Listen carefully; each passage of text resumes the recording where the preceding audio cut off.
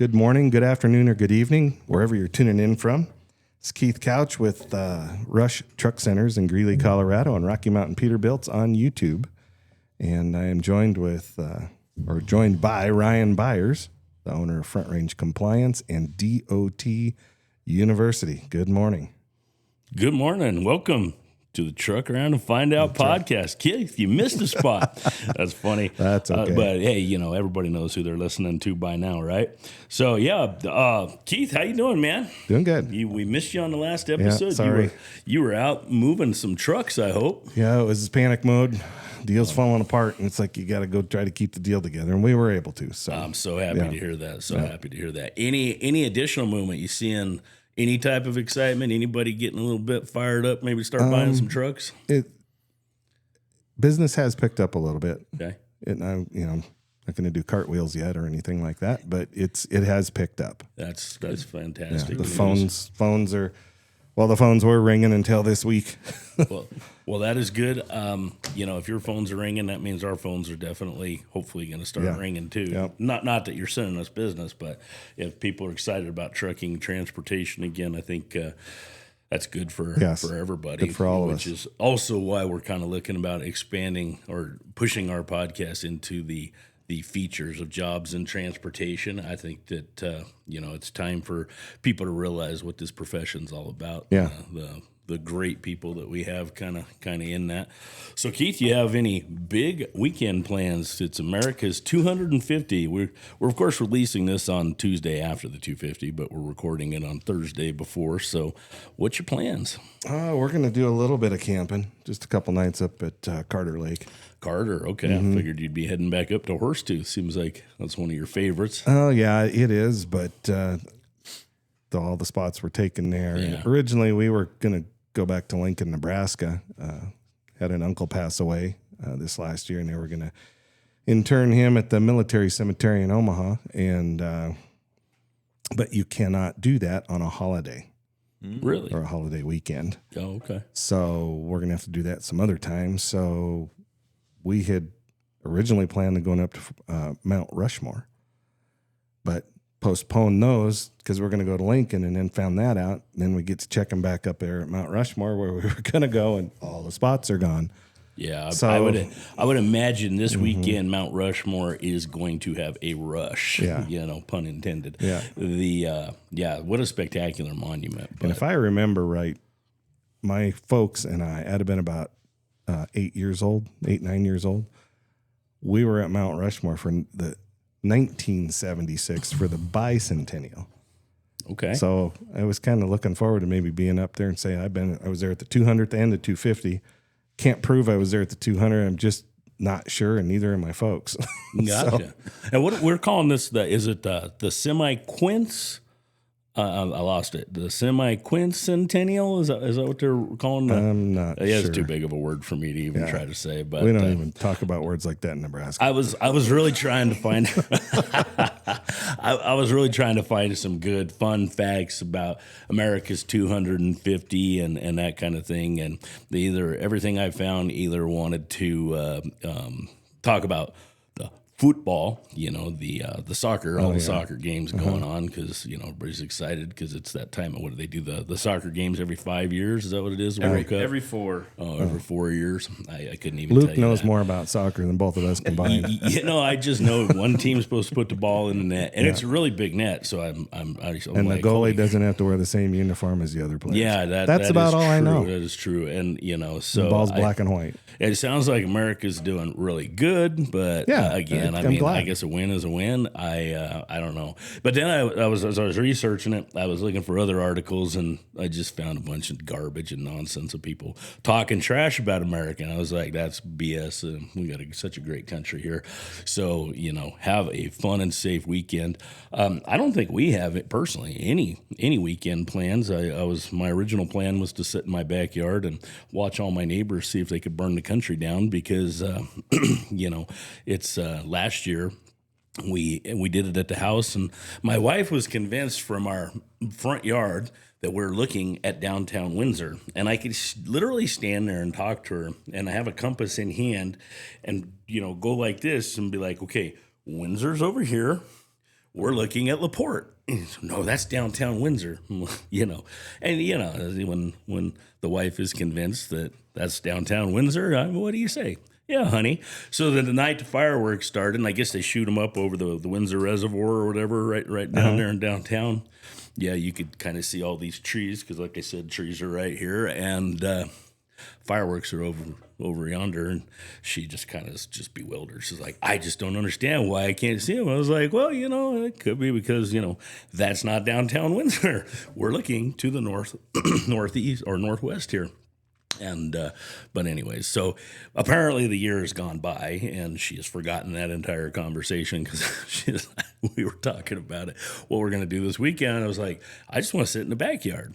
And she's like, well, we got to sit in the front so we can watch the fireworks again. And I'm like, we've been through this. You can't see the fireworks. You can see the trees and the fireworks just kind of right here above them. But we did discover, because where we're at, we're kind of at the end of the property that overlooks the town. And so you look out the back, we have all those other houses. And it was like we had dueling homes, dueling neighbors that were trying to put off the biggest firework. I have no idea how much money they spent up in Wyoming, but it was a lot of money. There was a lot going on back there. And I was like, oh, we're just going to sit in the backyard because you get the comfort, you get the fire pit, and you've got it here. I mean, it's everywhere. I was like, yep, that's the place to be. Loveland's doing theirs again this year. Are they? Yeah, good? Over Lake Loveland.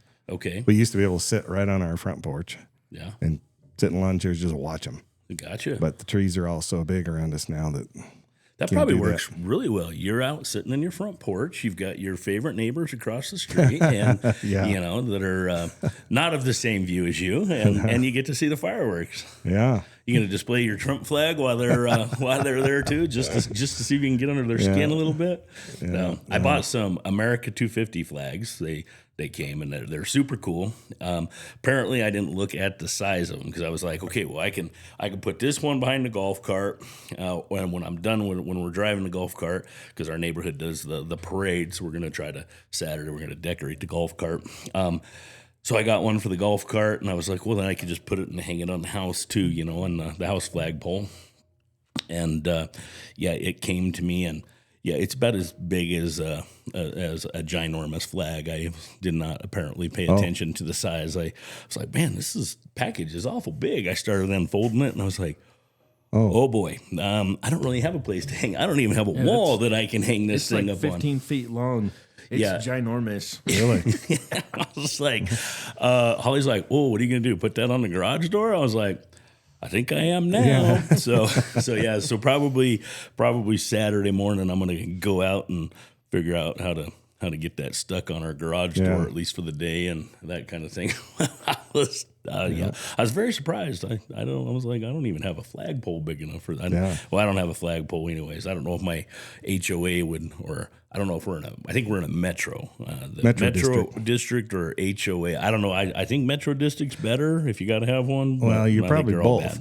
Probably have an HOA and you're in a Metro District. Probably. Metro District is, it's basically tax. Well, we have, due to the Metro District, we have the community pool. Right. So we have the big neighborhood pool, and it's nice, but it has to be open to all the other communities all around us due to that Metro District. Yeah. So I do know at the last HOA meeting, Holly came to me and says, oh, we need to go to this meeting because they're going to be talking about the pool. And I was like, you mean the pool that you went to twice last year that we haven't been to yet? And she's like, yeah, because people are coming in, so I want to be at this meeting. Like, okay. So we went to the meeting, and entertaining it was. Oh, I bet it was. It was. People usually are. People were all kinds of worked up, and she's sitting there. She looks over at me, and she says, I'm so sorry I drug you to this. And I just started laughing. I was like, oh, I'm finding this rather entertaining, just listening to what people are complaining about. Because around our property, you have the people that aren't associated, like they owned property and acreage. Well, those are, when they built, apparently they signed covenants. You know, I don't know if they offered them money back in the day when they were starting this whole development of our neighborhood. They signed the covenants for the horse property. And so they're one, if you go down County Road 13, you see the big barn. It's got the American flag painted on one of the doors. It's a beautiful property. He's got a beautiful truck that sits out there. And I mean, he's got every light, bell, and whistle on this thing. And I've seen the truck pull through the garage. They've got 2 big doors, so it looks like he's got it like a pull-through bay. It's just absolutely spectacular. And I drive by it, and I'm like, slice of America right there. Mm-hmm. Barn, truck, beautiful property. Well, they were complaining about the property. And the guy was in there that owned the property, and they were complaining about the people can see the truck, that they can see this, and it doesn't meet the horse property rules. And the guy was talking about that when he was 25, those rules were waved in front of us, and like a fool, he signed them, and it's his biggest regret of his lifetime. So we had that whole conversation going on, and one of the board members literally looked at him, and he says, well, we can remedy this because we can park the truck in the barn at night, so it's not out, that kind of thing. And he says, we've cleaned up the rest of the property, and trust me, I mean, it's clean. And one of the board members looked at him and says, well, what about that white truck? And I was like, white truck? I don't remember seeing a white truck. So anyway, I was next, of course, when we left, I was like, we're going to jump out on a golf cart. I'm going to go drive around and see what they're talking about. Because I'm like, what are they talking about? Because I've looked at this property every time I've driven by. Maybe it's because I'm from the country. I didn't really think anything of it. But there's just a white Ford parked out there that doesn't look like a brand new truck. It looks like something that you buy that you're going to fix it up, that kind of thing, just parked out there. And that was what they were complaining about. Yeah. Well, what about that white truck? And I'm like, guys, it's a farm, it's a property, but can't be displaying that. I could see a very little bit of it from the roadway or the round. So I'm assuming maybe somebody's backyard, they can see it. But I was just like, oh my gosh, that's what we're complaining about. People have nothing better to do. He's got a vehicle parked out there. The rest of the park, I mean, there's not trash. I mean, it's clean. I was like, oh my gosh, the stuff that they get worked up about. Yeah. So I think people have way too much time on their hands. Yeah, I think the biggest thing that they were arguing about is kids on the e-bikes, driving around the neighborhood, especially on the sidewalks, because, hey, let's keep them in the road, because that's because we've got all those green belt sidewalks and walking ways and everything else. And it's like, hey, why don't we just tell the kids, be respectable. When you see someone coming up, pull over, let them walk by, and then take off. But, so the e-bikes conversation was there, and it was the big argument. Well, they're not from our neighborhood, so we need somebody to figure out where they're at. We don't have the authority to stop them. And I personally enjoy watching the kids having fun. I'm like, you guys go for it, man. I mean, when I was a kid, I had a little dirt bike, and I lived way out in the country, but I rode that thing everywhere. Mm-hmm. So, and I'm sure you were kind of similar stories. Same. That kind of thing. All over town. So HOA meetings, fun stuff. So perfect. Well, topics of trucking and transportation, the MOTUS. New big stuff on MOTUS has come out. It is, I think I've referred to it in the past, it is a dumpster fire. So FMCSA is struggling with the entire MOTUS situation. What was his name? Barr came out, Derek Bars of the FMCSA. He released a statement last month that basically said that, it was a great accomplishment. They achieved some milestones with their big rollout. It was extraordinary feat, that type of thing.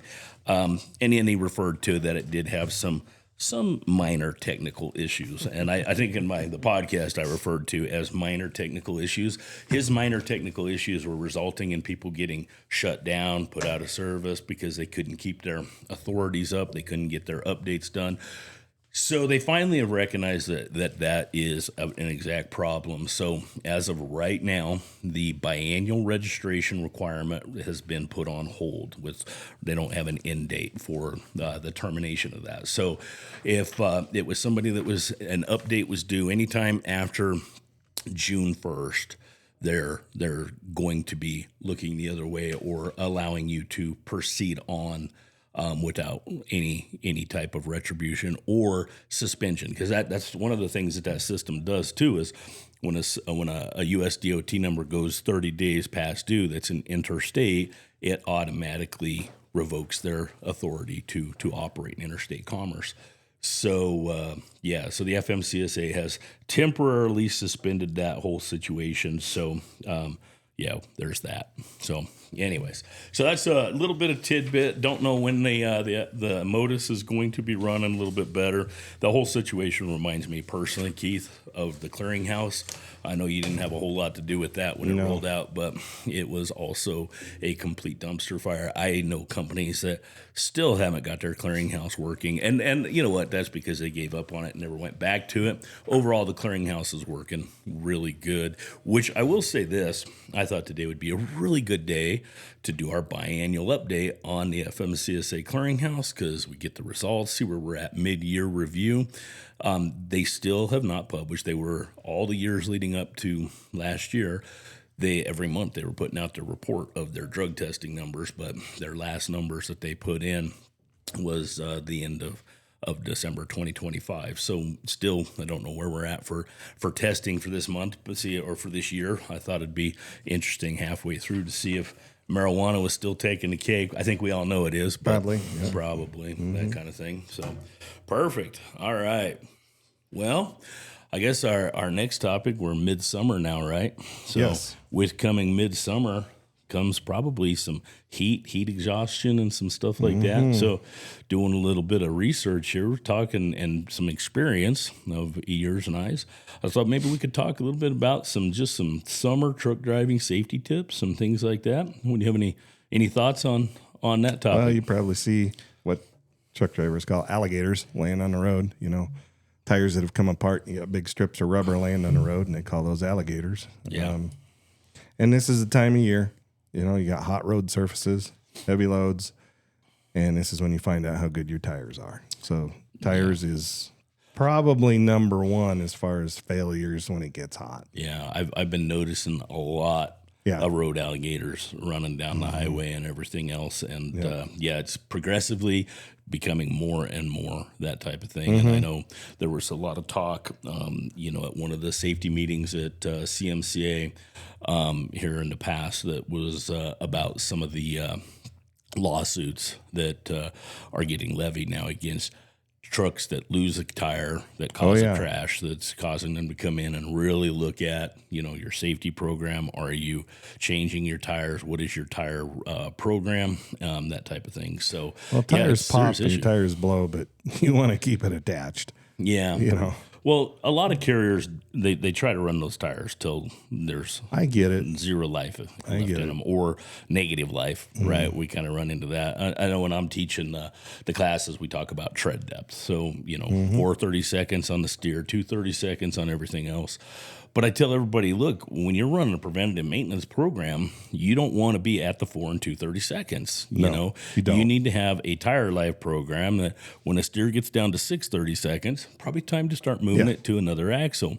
When that back axles or the other axles, when they start to get around 4 to 3, probably ought to start looking at replacing those, that kind of thing. But it's not just that. You have a lot of equipment, especially trailers, right? Because you lose a lot of those treads on trailers.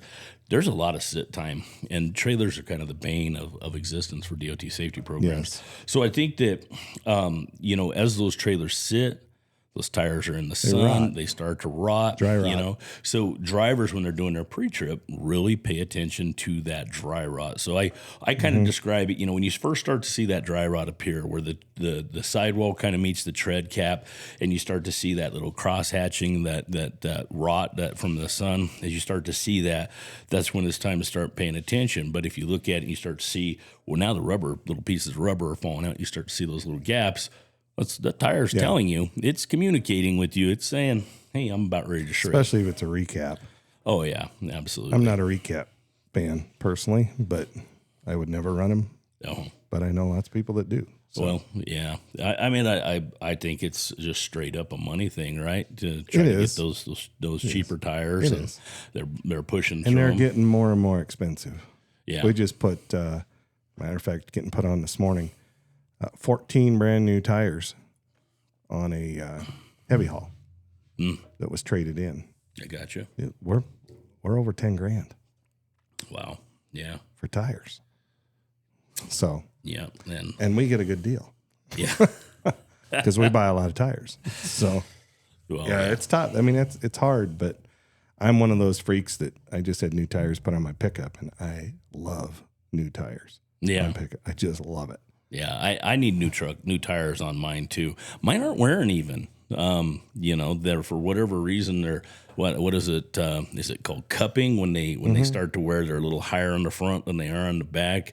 I don't know what causes that, unless it's my foot in the throttle. Maybe that could be it. Yeah, it could be a little bit of that. I don't know that. It's got that big engine in it that I just call Lonnie. Yeah, because the Continentals I put on my truck will be same kind of tires you can put on your SUV. Really? Okay. And those Lonnie talking, I was always a Michelin guy. Yeah, because Michelin tires are more round. Yeah. Seriously, an old guy told me that years ago, and I looked at him and said, "What?" Because Michelin tires are more round than other tires, and I was like, "You need to explain that." And so he did. He said they calibrate their machines more often than any other tire manufacturer. So really? I don't know if that's true or not, but I started running Michelins after that.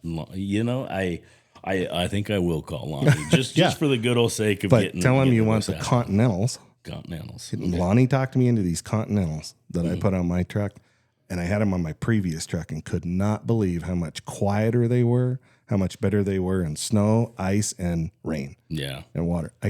They're amazing tires. Well, and he'll know exactly which ones we're talking about. Okay. Okay. Well, I know my truck is loud enough, let alone you get now with the tread doing what it's doing and that type of thing. You get that road hum, that, as you're going down That'll the road. all go away with these tires. Okay. But you probably get a good balance and alignment with it. I know. I'm trying to figure out, like, my truck, I think I've got 40,000 miles on it. I've never hit anything. And, so internally I'm going, why the hell do I need an alignment? But it happens. You do. Because it's just like with new Class 8 trucks. We tell the guys, they say, hey, I need alignment. It's like, put 10,000 miles on it with loads. Kind of settles in your suspension and everything like that. Then we'll align it. Nice. Yeah. And then things usually true up really well. And we do a 3-axle or 4-axle alignment.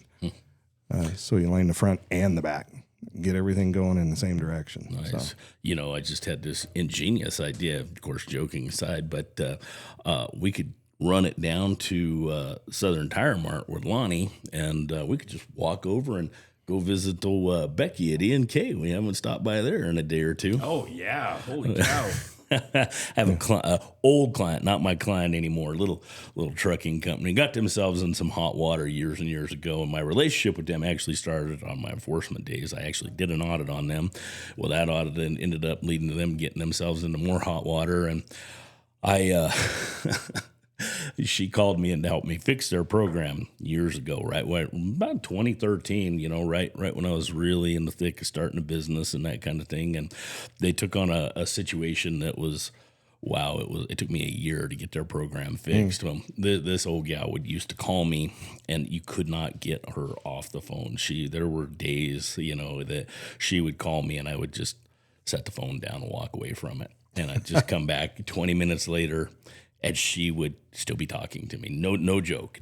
In fact, the kids used to just like, oh, he's going to put the phone down. They used to just sit there like, Dad, she's still talking. That's funny. And I mean, you couldn't interrupt her. I mean, she was just nonstop and ramble. And I was just like, yeah. Southern Tire guys I got some nice wheels on my pickup, and I told them I don't want these scratched, please. And not a problem at all. Yeah. So, and they got a new store. Mitch is running. I think Mitch is running a store. Okay. But they got a nice new store. That's cool. All redone. That's cool. I know that Lonnie sells tires, but I always associate him with like the big truck commercial tires, and then it makes sense. They sell all the tires.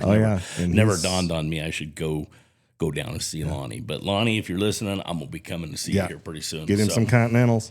All right. So with that, let's get back into this summer topic here. So I think tire maintenance. You brought that up. Great topic. I think first step is a good pre-trip, post-trip. Just making sure again the cooling system is going good. All your fluids are good. Check the washer fluid. Make sure you've got plenty, because this time of year it's one thing to have to kill to wipe off the chemical and in the winter time and the ice and that. But this time of year, if you come driving through a bug hatch or something like that, next thing you know, and that's one of those things, as soon as you hit the wiper, it just smears everything. And washer fluid, we all know it's not going to truly clear it, but it is going to help, especially if you're on it quick. So make sure you got plenty of washer, cooling system, and like I say, kick those tires, thump them. Don't forget the one thing we didn't mention. Remember, the DOT considers a tire flat anytime you are less than 50% inflation pressure. So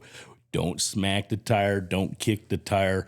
Get a tire gauge out, get a good tire thumper. If you feel like you're not getting the proper rebound, probably get that air compressor on that, get that tire aired up. Check it throughout your shift, because if it deflates again, or if you notice it's not maintaining air, get it maintenanced, okay? Tires are what keep you stuck to the roadway, so keep them up to go. So, yeah. So anything on the cooling system or the PTI you'd like to add in? No, I mean, most of the shops, you blow the radiators out this time of year and things like that. I mean, my feedlot guys fight it all the time because you get, the hair off the cattle in the air, and you get any moisture at all, it just turns to concrete in those radiators. But yeah, that's a different world. That's just a whole different world. But back blowing out your radiators, never a bad thing to do. Yeah, just be careful you're not bending any fins. So. Sure. But most of the shops that these guys use, they're checking that. Gotcha. So that just make sure no obstructions in there. Yeah. So. Well, yeah, for sure. Well, and driving down the highways, it's hot. So you got issues, all the components that get hot from the tires cause a blowout, especially if you got bad tires, engines overheating. What about the brakes? Yeah, you can get brake fade. Yeah. You're still running drum brakes. Yeah. With the, a lot of companies are moving into these newer brakes with the disc brakes with the rotor. Does that improve drastically over time between the drums to the rotors? Yeah, you just don't have the brake fade. Okay. That you used to. Is it because that disc just cools faster and it cools just faster, more efficient? And if it swells, it's swelling into the pads, not away from the brake shoes. Okay. So that's your biggest difference. But they also run much cooler. They do. Yeah, definitely run much cooler. Luke and I, as we're looking for topics, came up to a video, guy following a truck down a pass, and the truck was just faster. And you could just see, he's hitting his brakes, and you could see the speedometer. They kind of start off at about 40 miles per hour, and they're just right about 70 miles per hour at the end of the video, and he goes around the corner. And I was just thinking to myself, I'm like, well, this driver's, he's doing a pretty good job. He had a 3-axle side dump loaded, and I was like, he's actually doing a pretty good job keeping her on all the wheels. Right about when you say that, you can see that. Well, how that side dump, how top heavy that is. Yeah, he goes around that last corner, and it's just right there, and little 14, 15 passenger van coming right toward them, like a little minibus. That thing does it when you can see that thing going sideways to avoid a head-on collision. The number one maintenance after that trip is a new seat. Oh, yeah, definitely. But it's a great video because the angles, you can see every time he's hitting the brakes, because you can just see every axle from the steer all the way back.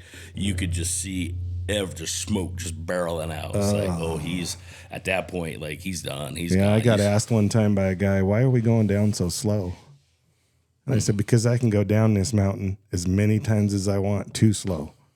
Yeah. I get one shot too fast. Yeah, absolutely. So yeah, keep an eye on your brakes. Make sure your brake maintenance is good. Remember, stop the adjustment. If your maintenance crew's telling you that they're just doing brake adjustments, you are not in an efficient braked vehicle. So it needs to be repaired, not adjusted. So keep that up. All right. So under some other topics with the summer, it is summertime. We see these hot temperatures. Make sure you got plenty of hydration. And if you're driving long distance over the road, have some reserves with you. You never know when you're going to get stuck in traffic or out on a lonely highway, broke down on the side of the road, that kind of thing. Want to make sure that you have enough liquids with you, enough water with you to stay hydrated. I know there's a lot of drivers that live on energy drinks. Yeah. So you know what, that's great, but you've got to replenish that stuff with some good water. So make sure you always have plenty of water. Keep yourself, plenty of hydrated, that type of thing. So want to make sure that you have at least about 8 ounces of water, every a couple times in an hour, just to keep yourself hydrated through the day. Don't wait until you're feeling thirsty. It's too late at that point to catch up. So stay hydrated throughout your shift, that kind of thing. So, anyways, what about heat exhaustion? Is that kind of an issue? If you're driving truck, probably not. As long as the air conditioner is the working. AC's working. Yeah. Surprisingly, though, the AC units are not a DOT requirement. No, they're not. I think it depends on what profession. If it's the technical sides of trucking, where we're working in the field all day and then driving, if you're out working in the heat and the sun, and then you got to drive that machinery back home, back to your location. I think heat exhaustion could definitely set in. You've been out all day, and you jump up in that truck, and you're driving back. Drivers that would complain about air conditioning, I'd tease them. Let's say, you know what, you can survive without an air conditioner. You just got to hydrate well and open up the wing windows. And they just look at me and say, what the hell's a wing window? So that was the good old days. Luke, do you know what a wing window is? Nope. You open I'll show you the next time I bring my 67 Firebird over. All right.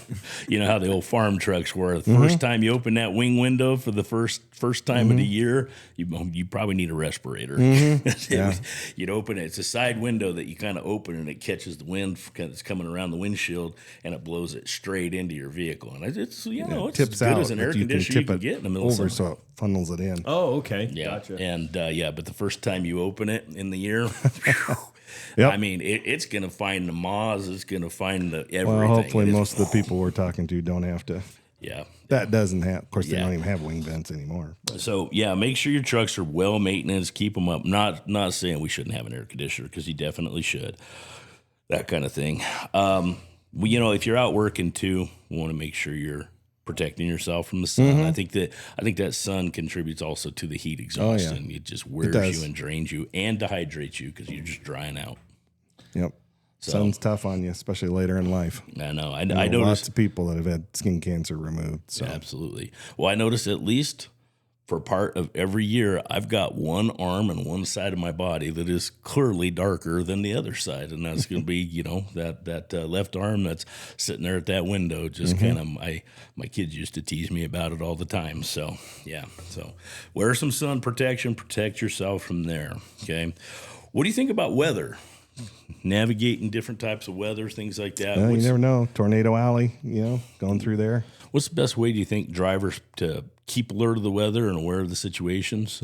Probably just off your phone. Yeah, I would say it's probably the easiest way. The weather. You've got almost every state has got some type of highway alert type system. So when you're going cross country, know your routes, and better yet, have a plan. Know where your pull offs are, so that if you need to exit the highway, that type of thing. In the event of something's coming on, you can have a plan of, hey, get to this destination, and try to figure out where your locations are. Right now, if you're going through Colorado or anywhere in the West, you got to pay attention that there's roads closed because of fires. Yeah. So, but you got to pay attention to that. I notice every night right now that moon is blaze orange. Yes, it means we got smoke in the air. So it was the strawberry moon yesterday night. Was it? Yeah, that's why it was so red. Yeah, it's been a lot of smoke in the air. Well, I know we've got some big fires out in western Colorado, and whole West is on fire. Yeah, yeah. Of course, we knew that was coming. So need some dang moisture. Yes, we do. Well, Keith, what do you think of our truck around and find out topic today?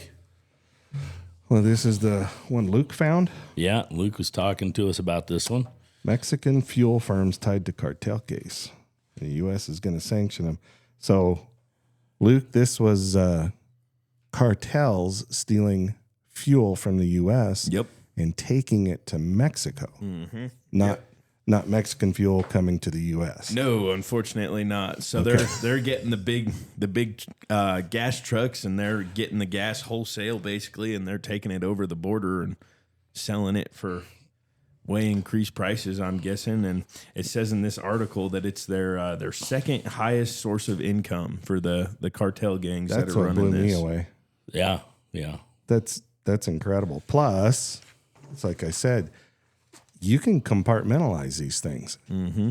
And like you said, Ryan, most DOT officers aren't going to crawl up there and open that hatch. No. I mean, there are some that are equipped, and I'd like to believe that people on the border have that technology and that equipment. Oh, don't they have X-rays?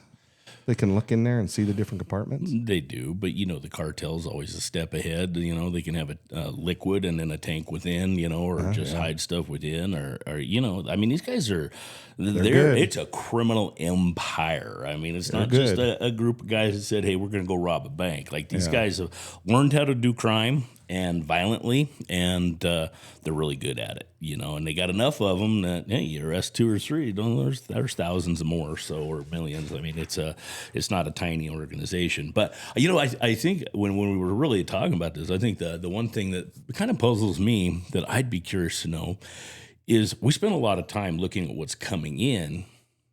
How often and what are we paying attention to that's going out? I mean, I know customs is down there. I know they've got divisions that do that kind of stuff, but how focused are they really right now on that? They're so focused on stopping stuff from coming in. But, going out, think about what's being shipped out. I mean, right here, we're talking about fuel that was purchased legally in the United States. It was supposed to go from point A to point B. Here, they're doing the tax evasion. They're taking that. Essentially, they're stealing that fuel, running it back across the border, and then selling it. And it's the tax evasion, so we're losing that. I bet you there's also probably a lot of fuel theft, so we get that. And then you've got the stolen commodities. They're going back across. You've got all the stuff that comes in that gets purchased here, and you've got the money that's going to be being shipped to the south. So I would imagine, especially in a cargo tank, compartmentalized, probably got a lot of cash. Yeah. And then you've got the human trafficking element, a lot. I mean, the missing people is that number's in the millions, multi-millions. Yeah, that's amazing. From kids to people to women. I mean, it's a major issue. So a lot of people get trafficked. They get trafficked here on U.S. soil, but they also somebody that is kidnapped here and trafficked here. You see some of the survivor stories, and they get shipped all over the world. Yeah, and it's that type of thing. So I know my first time I ever experienced something going out of the U.S. taking a cattle trailer from Sweetgrass, Montana. Well, it came out of Colorado. It's a Merritt cattle trailer going up through Sweetgrass, and then you cross the border into Coots, Alberta. And I dropped them off at the H.H. Smith brokerage lot there, and then I come back across and go back down. I was working in Conrad, Montana at the time, and done it several times. And then one of the last times I did it, the guy crawls up on top of the cattle trailer, crawls up the back ladder, and I'm like, what is he doing? And I looked at this other guy, and I said, well, what's he doing? He says, what we've been finding is they've been taping marijuana bales to the top center of the trailer so nobody can see it. And the trailer just goes across. So he said, now we got to check the roofs of all these trailers. I'm like, oh, okay. And then probably 6 months later, I was across that border in just a vehicle, and they had a scaffolding there with stairs so that they could just walk up and look or have somebody up there watching these trailers as they come in. But so talk about things going out. That'd have been back in the mid 90s. Back then you didn't even need a passport to go across, but they were checking the top. They started checking the top of the trailer. And I was like, never thought about that going out. And since then they've just decided to put it in a rubber balloon and stick it in the cow, and then they can retrieve that later. We'll get that one later. You know what? The mules do everything they can to move those drugs. It's it's just like I said, it's a business, and good. It's a very violent business, and so I'm not overly surprised to see this. It does kind of shock me with the fuel prices today and everything else. I would imagine there's probably a lot of money to be made in fuel, but it's amazing that, like Luke said, it's their second. That's pretty incredible. That's a lot of fuel. That's a lot. That is. Yeah, I think this thing says that the illegal fuel smuggling cost the Mexican government upwards of $11 billion lost in tax revenue. Wow. And then it also goes on to say about 1 in 3 liters of fuel sold in Mexico is illegally sourced. A third of it. Wow. Yeah, absolutely crazy. All right. Well, I think that was my truck around and find out topic. Keith, you got anything else you want to throw in here? Any news, updates, some stuff like that? No, just happy birthday, America. Happy birthday, America. I hope everybody had a safe and wonderful 250, America's 250 weekend. Have a wonderful holiday. Enjoy your time. Thank you for what you do, because of you in the trucking industry and moving America forward. And if you brought it, we bought it. So, be safe out there. Take care. Keep her shiny side up, and we'll catch you on the next podcast. God bless you guys.